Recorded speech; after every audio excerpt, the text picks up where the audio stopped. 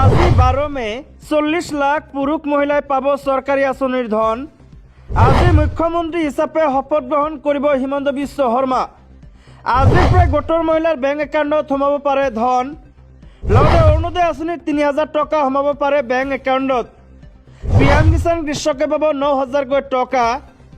মোদী চৰকাৰে বৃদ্ধি কৰিব পিএম কিষাণ আঁচনিৰ ধন। পিএম কিষাণ 6000 টকাৰ পৰা 9000 টকালৈ বৃদ্ধি হ'ব। লগতে কিমান তাৰিখে সোমাব পিএম কিষাণৰ 23 নং কিস্তিৰ 2000 টকা। ৰাজ্যৰ নতুন মুখ্যমন্ত্ৰী হিমন্ত বিশ্ব শৰ্মাৰ কেইবাটাও গুৰুত্বপূৰ্ণ ঘোষণা। আন কেইবাটাও গুৰুত্বপূৰ্ণ খবৰ একেলগে জানিব পাৰিব ভিডিঅ'টো চাই থাকিব। নমস্কাৰ। ৰাজ্যৰ প্ৰথমটো ডাঙৰ গুৰুত্বপূৰ্ণ খবৰ হৈছে আজি হৈছে 12 মে। আজিৰ পৰা আপোনালোকৰ বেংক একাউণ্টত সোমাই পৰিব ধন। লাখ লাখ মানুহৰ বেংক একাউণ্টত সোমাব কেইবাটাও আঁচনিৰ ধন। প্ৰায় 40 লাখ পুৰুষ মহিলাই লাভ কৰিব টকা। নতুনকৈ 5টা আঁচনিৰ টকা সোমাব 12 মেৰ পিছত। টকা কোনে কোনে লাভ কৰিব সবিশেষ জানিবলৈ এতিয়া ভিডিঅ'টো শ্বেয়াৰ কৰি সম্পূৰ্ণ চাওক। আপোনাৰ যদি বেংক একাউণ্ট আছে তেন্তে এই ভিডিঅ'টো এতিয়াই শ্বেয়াৰ কৰক। কোন কোন আঁচনিৰ টকা সোমাব চাওক। প্ৰথমটো হৈছে শ্বহীদ কুশল কোঁৱৰ বৃদ্ধ পেঞ্চন আঁচনিৰ টকা। অৰুণোদয় আঁচনিৰ টকা সোমাব আপোনাৰ বেংক একাউণ্টত। 3 নম্বৰ হৈছে অৰুণোদয় 2.0 আঁচনিৰ টকা সোমাব। বৃদ্ধ পেঞ্চন আঁচনিৰ টকা সোমাব। 5 নম্বৰ হৈছে অৰুণোদয় 3.0 আঁচনিৰ টকা সোমাব। কিয়নো যোৱা মাৰ্চ মাহৰ 10 তাৰিখে অৰুণোদয় আঁচনিৰ বেংক একাউণ্টত 9000কৈ টকা সোমাই দিছিল অসম চৰকাৰে। জানুৱাৰী মাহৰ পৰা এপ্ৰিল মাহলৈকে 4 মাহৰ আৰু বিহুৰ উপহাৰ মিলাই 9000 টকাও সোমাই দিছিল। এইটো যিহেতু মে মাহ, এইটো মাহৰ 12 তাৰিখে অৰ্থাৎ আজি নতুনকৈ বিজেপি চৰকাৰে শপত গ্ৰহণ কৰিব। শপত গ্ৰহণৰ পিছতে আঁচনিসমূহৰ টকা বেংক একাউণ্টত সোমোৱা আৰম্ভ হ'ব। যদি দিয়ে নিশ্চিতভাৱে আজি আপোনালোকক সন্ধিয়াৰ আগে আগে আপডেট জনাই দিম। ৰাজ্যৰ আন এটা ডাঙৰ গুৰুত্বপূৰ্ণ খবৰ আছে পিএম কিষাণ কৃষকসকলৰ কাৰণে। পিএম কিষাণ আঁচনিৰ ধন বৃদ্ধি কৰিব কেন্দ্ৰীয় চৰকাৰে। 6000 টকাৰ পৰা 9000 টকালৈ বৃদ্ধি হ'ব পাৰে পিএম কিষাণ আঁচনিৰ ধন। প্ৰধানমন্ত্ৰী কৃষক যোজনাৰ অধীনত কেন্দ্ৰীয় চৰকাৰে দিয়া ধনৰ পৰিমাণ বৃদ্ধি কৰিব পাৰিবনে? পশ্চিমবংগৰ দ্বিতীয় পৰ্যায়ৰ বিধানসভা নিৰ্বাচনৰ পূৰ্বে প্ৰধানমন্ত্ৰী নৰেন্দ্ৰ মোদীয়ে মিদনাপুৰত এখন ৰাজসভাত কৃষকসকলক এটা ডাঙৰ প্ৰতিশ্ৰুতি দিছিল যে যদি বংগ চৰকাৰ গঠন হয় তেন্তে কৃষকক দিয়া সাহায্য 6000 টকাৰ পৰা 9000 টকালৈ বৃদ্ধি কৰা হ'ব। এইবাৰ 4 মেত প্ৰকাশ পোৱা নিৰ্বাচনী ফলাফলত পশ্চিমবংগৰ লগতে অসমত বিজেপিয়ে বৃহৎ জয় লাভ কৰিছে। বৰ্তমান এই আঁচনিৰ অধীনত কৃষকসকলে বছৰি 6000 টকা লাভ কৰে, যিটো 3টা কিস্তিত দিয়া হয়। ডাবল ইঞ্জিন চৰকাৰৰ কথা উল্লেখ কৰি প্ৰধানমন্ত্ৰীয়ে কয় যে কৃষকে অধিক সুবিধা লাভ কৰিব আৰু মধ্যভোগীৰ ভূমিকা সম্পূৰ্ণৰূপে নাইকিয়া হ'ব। নিৰ্বাচনৰ পূৰ্বে ভোটাৰক আকৰ্ষণ কৰাত এই সকলোবোৰ ঘোষণা কৰি অতি গুৰুত্বপূৰ্ণ বুলি বিবেচিত হৈছে। তেওঁ অভিযোগ কৰে যে বৰ্তমান চৰকাৰৰ দিনত মধ্যভোগীৰ বাবে কৃষকে শস্যৰ সঠিক মূল্য পোৱা নাই। বিজেপি চৰকাৰ আহিলে ব্যৱস্থা সলনি হ'ব। নতুন চৰকাৰ গঠন হ'লে দুৰ্নীতিৰ লগত জড়িতসকলৰ বিৰুদ্ধে কঠোৰ ব্যৱস্থা গ্ৰহণ কৰা হ'ব বুলিও তেওঁ উল্লেখ কৰে। ইয়াৰ লগতে ৰাজ্যৰ উন্নয়ন আৰু নিৰাপত্তাকো অগ্ৰাধিকাৰ দিয়া হ'ব। প্ৰধানমন্ত্ৰী নৰেন্দ্ৰ মোদীয়ে যুৱক যুৱতীসকলক কৰ্ম সংস্থাপনৰ প্ৰতিশ্ৰুতি দি কয় যে ৰোজগাৰ মেলাৰ জৰিয়তে চাকৰি সুযোগ সৃষ্টি হ'ব। প্ৰধানমন্ত্ৰী কৃষক সন্মান নিধিৰ 23তম কিস্তি কেতিয়া আহিব? সমগ্ৰ দেশৰ কৃষকসকলে এতিয়া এই আঁচনিৰ 23 কিস্তিৰ বাবে অপেক্ষা কৰি আছে। 2026 চনৰ মাৰ্চ মাহত 52 সংখ্যক কিস্তি প্ৰদান কৰা হৈছিল। সেই অনুসৰি জুন মাহৰ শেষৰ ফালে বা জুলাই মাহৰ আৰম্ভণিতে পৰৱৰ্তী কিস্তি কৃষকৰ বেংক একাউণ্টত জমা হ'ব পাৰে বুলি আশা কৰা হৈছে। কিন্তু ইয়াৰ পূৰ্বে লাখ লাখ হিতাধিকাৰীৰ নাম তালিকাৰ পৰা বাদ দিয়া হৈছে। চৰকাৰে ইয়াৰ কাৰণ দাঙি ধৰিছে। ৰাজ্যৰ আন এটা ডাঙৰ গুৰুত্বপূৰ্ণ খবৰ হৈছে ৰন্ধন গেছৰ চিলিণ্ডাৰক লৈ আহিছে ডাঙৰ খবৰ। এই তথ্য নিদিলে কৰ্তন হ'ব পাৰে ৰন্ধন গেছ চিলিণ্ডাৰৰ সংযোগ। ঘৰুৱা গেছ চিলিণ্ডাৰ ব্যৱহাৰকাৰীসকলৰ বাবে গুৰুত্বপূৰ্ণ খবৰ। কেন্দ্ৰীয় চৰকাৰে LPG গ্ৰাহকসকলৰ ৰাজ সাহায্যৰ যোগ্যতা পৰীক্ষা কৰাৰ বাবে SMS প্ৰেৰণ কৰা আৰম্ভ কৰিছে। এতিয়াৰে পৰা আয়কৰ ৰেকৰ্ড আৰু পৰিয়ালৰ আয়ৰ ভিত্তিত গেছৰ ৰাজ সাহায্য পৰীক্ষা কৰা হৈছে, যাতে কেৱল প্ৰকৃত হিতাধিকাৰীয়ে এই সুবিধা লাভ কৰে। চৰকাৰৰ লক্ষ্য হৈছে ভুৱা বা অযোগ্য ব্যক্তিসকলে ৰাজ সাহায্যৰ সুবিধা লোৱাটো বন্ধ কৰা আৰু চৰকাৰী ব্যয় অধিক কাৰ্যকৰীভাৱে নিয়ন্ত্ৰণ কৰা।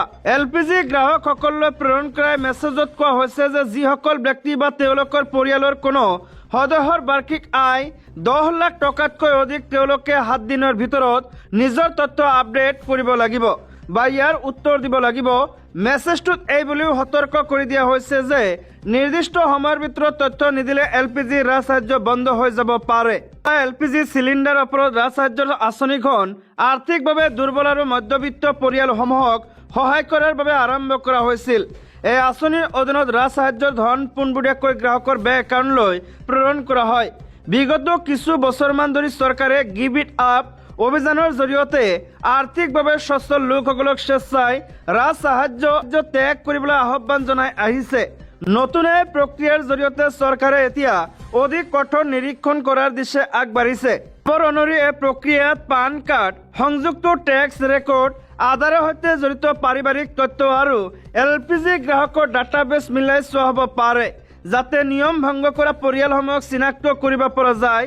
কেৱল গেছ সংযোগ লাভ কৰা গৰাকীয়েই নহয়, পৰিয়ালৰ অন্য সদস্যৰ আয়ো এতিয়া পৰীক্ষাৰ আওতালৈ আহিব পাৰে। যিসকলে এনেধৰণৰ জাননী লাভ কৰিছে তেওঁলোকে KYC নথিপত্ৰ, আয় সংক্ৰান্তীয় তথ্য আৰু লিংক কৰা ৰেকৰ্ডসমূহ দ্ৰুতগতিত পৰীক্ষা আৰু আপডেট কৰিবলৈ পৰামৰ্শ দিয়া হৈছে।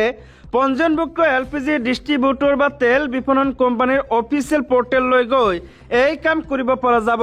নিৰ্দিষ্ট সময়ৰ ভিতৰত উত্তৰ নিদিলে LPG ৰাজসাহায্য বন্ধ বা স্থগিত হ'ব পাৰে। অৱশ্যে গ্ৰাহকে বজাৰ মূল্যত গেছ চিলিণ্ডাৰ কিনিব পাৰিব। চৰকাৰে পদক্ষেপক প্ৰকৃত লোকৰ ওচৰত ৰাজসাহায্য উপনীত কৰোৱা আৰু আঁচনিখনত অনিয়ম ৰোধ কৰাৰ এক কৌশলৰ অংশ হিচাপে বহুতে ক'ব বিচাৰে। ডিজিটেল ভেৰিফিকেশ্যন ছিষ্টেম আৰু ইনকাম টেক্স ৰেকৰ্ডৰ জৰিয়তে চৰকাৰে নিশ্চিত কৰিব বিচাৰিছে যে কেৱল প্ৰকৃত আৰু যোগ্য গ্ৰাহকসকলেহে LPG ৰাজসাহায্যৰ সুবিধা লাভ কৰে। দিব বিচাৰিছো আন এটা ডাঙৰ গুৰুত্বপূৰ্ণ খবৰ। ভোট ঠিকেই পাইছে, সুৰক্ষাই দিব পৰা নাই মহিলাক, আৰু এই মন্তব্য কৰিছে গৌৰৱ গগৈয়ে। ৰাজ্যত নতুন চৰকাৰৰ শপত গ্ৰহণৰ প্ৰস্তুতিৰ মাজতে গুৱাহাটী বিমানবন্দৰত উপস্থিত হৈ APCCৰ সভাপতি গৌৰৱ গগৈ তেওঁ সংবাদ মাধ্যমৰ সন্মুখত কেইবাটাও মন্তব্য কৰে। খানাপাৰাত অনুষ্ঠিত হ'বলগীয়া নতুন চৰকাৰৰ শপত গ্ৰহণ সমাৰোহক লৈ কংগ্ৰেছ দলৰ স্থিতি স্পষ্ট কৰে। উল্লেখযোগ্য যে ৰাজ্যৰ মহিলা সুৰক্ষাৰ বিষয় সন্দৰ্ভত এক গুৰুত্বপূৰ্ণ মন্তব্য APCCৰ সভাপতিগৰাকীয়ে। তেওঁ কয় যে অসমৰ নাৰী সমাজে বৰ্তমানৰ চৰকাৰখনক বহু সমৰ্থন আগবঢ়াইছে, কিন্তু নাৰী সুৰক্ষাৰ ক্ষেত্ৰতে ব্যৰ্থ চৰকাৰ। অসমত মহিলা নিৰাপত্তা এতিয়াও এক জ্বলন্ত সমস্যা। অসম আৰক্ষীয়ে সুনিশ্চিত কৰক মহিলা সুৰক্ষাৰ দিশ। শপত গ্ৰহণ সমাৰোহৰ প্ৰস্তুতিক লৈও মন্তব্য কৰে APCCৰ সভাপতিগৰাকীয়ে। তেওঁ কয় যে খানাপাৰাৰ শপত গ্ৰহণ সমাৰোহলৈ নাযায় কংগ্ৰেছৰ কোনো নেতা। পৰৱৰ্তী ডাঙৰ গুৰুত্বপূৰ্ণ খবৰটো হৈছে মংগলদৈত মধ্যাহ্ন ভোজন খাই 50 গৰাকীতকৈ অধিক শিক্ষাৰ্থী অসুস্থ। মংগলদৈ বাঘপৰি গান্ধী স্মৃতি প্ৰাথমিক বিদ্যালয়ত মধ্যাহ্ন ভোজন গ্ৰহণ কৰাৰ পাছতে এক উত্তপ্ত পৰিস্থিতিৰ সৃষ্টি হয়। বিদ্যালয়খনত দুপৰীয়াৰ আহাৰ খোৱাৰ পিছতে অৰ্ধশতাধিক শিক্ষাৰ্থী হঠাতে অসুস্থ হৈ পৰে। এই ঘটনাক কেন্দ্ৰ কৰি বিদ্যালয় চৌহদত তীব্ৰ চাঞ্চল্যৰ সৃষ্টি হয়। উল্লেখযোগ্য যে মংগলদৈৰ বাঘপৰি গান্ধী স্মৃতি প্ৰাথমিক বিদ্যালয়ৰ 2 শতাধিক শিক্ষাৰ্থীয়ে নিয়মীয়াভাৱে মধ্যাহ্ন ভোজন গ্ৰহণ কৰিছিল, কিন্তু আহাৰ খোৱাৰ কিছু সময় পাছৰে পৰা ইজনৰ পাছত সিজনকৈ শিক্ষাৰ্থীৰ বমি আৰু পেটৰ বিষ আদি লক্ষণে দেখা দিয়ে। প্ৰায় 50 গৰাকীতকৈ অধিক শিক্ষাৰ্থী অসুস্থ হৈ পৰাত বিদ্যালয়খনত হাহাকাৰ পৰিৱেশৰ সৃষ্টি হয়। ইপিনে ঘটনাৰ খবৰ বিয়পি পৰাৰ লগে লগে বিদ্যালয়ত উপস্থিত হয় অভিভাৱকসকল।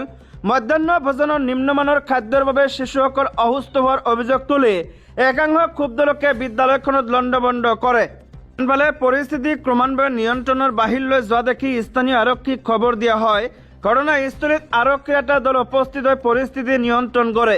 অসুস্থ শিক্ষাৰ্থীসকলক ততাতৈয়াকৈ স্থানীয় চিকিৎসালয়লৈ প্ৰেৰণ কৰা হয়। বৰ্তমান চিকিৎসালয়ত শিশুসকলৰ চিকিৎসা চলি আছে।